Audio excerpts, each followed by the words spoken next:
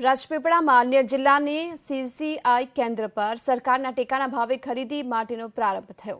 સાંસદ મનસુખ વસાવા અને એપીએમસીના ચેરમેન દિનેશ પટેલે એપીએમસીમાં ટેકાના ભાવે ખરીદીનો પ્રારંભ કરાવ્યો। હવે કપાસ પકવતા ખેડૂતોને ટેકાના ભાવ મળશે।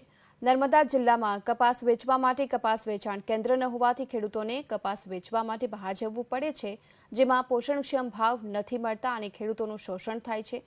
નર્મદા જિલ્લાના તમામ ખેડૂત ભાઈઓએ જીનિંગની શરૂઆત થતાં લાભ લઈ શકશે। સીસીઆઈ કેન્દ્ર પર નોંધણી માટે જરૂરી વિગતો ખેડૂતોએ આપવાની રહેશે।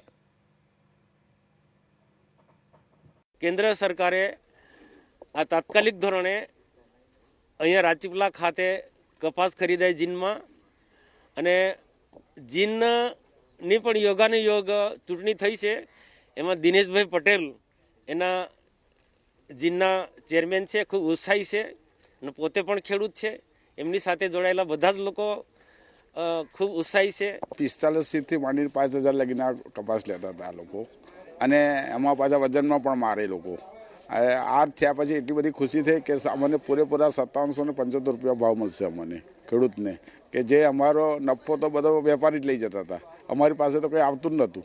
કેમ કે લોકલ વેપારી यहाँ 1000, 1200, 1500 રૂપિયા ઓછા આપીને ખેડૂતોનું શોષણ કરી રહ્યા હતા। ભાવ ફેર પડવાથી જ્યારે સીસીઆઈ દ્વારા ખરીદી થશે તો એનો સીધો ફાયદો ખેડૂતને થવાનો છે।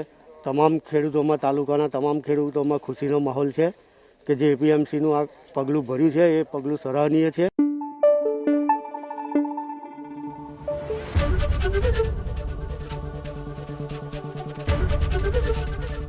एबीपी अस्मिता, गुजरात की अस्मिता।